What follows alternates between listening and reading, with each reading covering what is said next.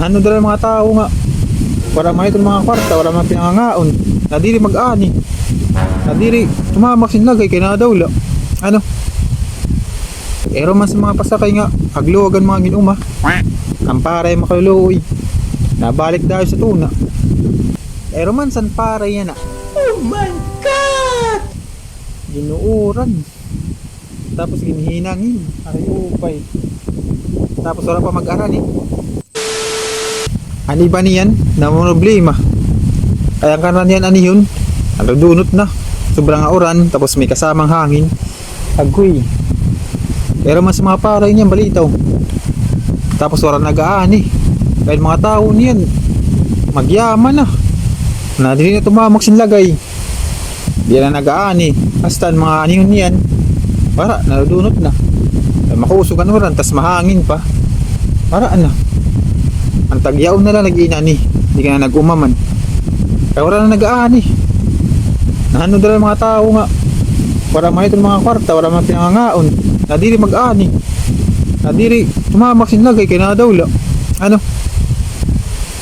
Dapat punta mag-aani man. Kaya ani man sa kuwan halit sa probinsya. Balik at sa syudad nga. Nadiri ka mag-aani. Diba?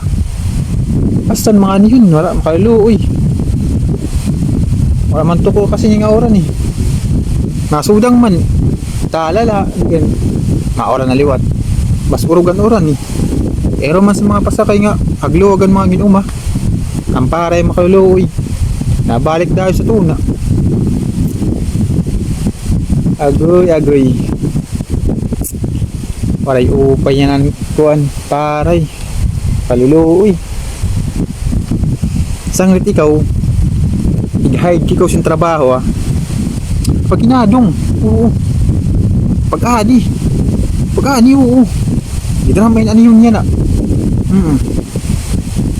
hindi ka na mag-inaragaw sin ano yun dito naman ano yun yan ani ka nga ni libre pagkaon oo damo pampasubra mag-ani ka yung laga kay masul sa kuto kay gabig na nalubong na halos sa lagay tubigan ayak ka makahitsyo.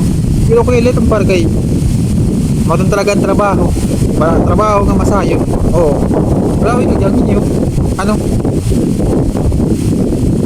pero kay mulan bumagyo basta magkasama tayo agay malitaw bisig na ano nga pagkakataon umuran man sumudang man kung talaga nangangailangan ka kailangan mo talaga magtrabaho hindi magkisi mayaman eh mayaman yan trabaho ka eh kung makita nga po prilakit ano?